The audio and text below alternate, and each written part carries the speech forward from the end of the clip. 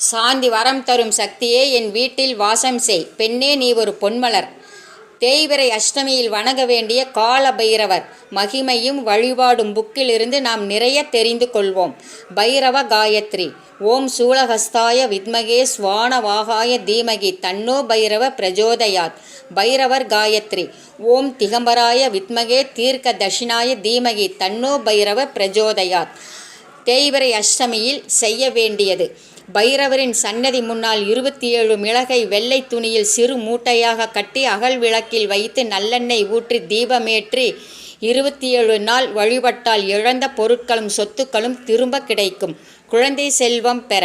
திருமணமாகி பல வருடங்களாகியும் குழந்தை பேர் இல்லாதவர்கள் 6 தேய்பிறை அஷ்டமி நாட்களில் சிவப்பு அரளிப்பூக்களால் பைரவரை அர்ச்சனை செய்து ஏழை குழந்தைகளுக்கு அன்னதானம் வழங்கி வழிபடின் விரைவில் அத்தம்பதியருக்கு குழந்தை செல்வம் கிட்டும். சனி பகவானின் அருள் கிடைக்க, தோஷம் நீங்க.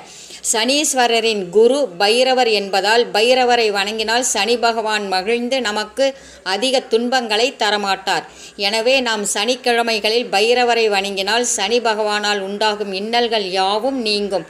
தடைபெற்ற திருமணம் நடக்கவும், எதிரிகள் தொல்லை நீங்கவும் ஞாயிற்றுக்கிழமைகளில் ராகுகால நேரத்தில் பைரவரை வணங்க வேண்டும். அதனால் உடனே நன்மை உண்டாகும். பில்லி சூனியம் ஏவல் அகலும். திருமணம் கைகூடும். 6 சனிக்கிழமைகளில் 6 எண்ணெய் தீபம் ஏற்றி வழிபட்டால் தடைபெற்ற திருமணம் கைகூடும். தடைபட்ட அனைத்து காரியங்களும் நிறைவேறும். குடும்ப ஒற்றுமை நிலைக்கும். பைரவா சரணம். பெண்ணே நீ ஒரு பொன்மலர் சேனலில்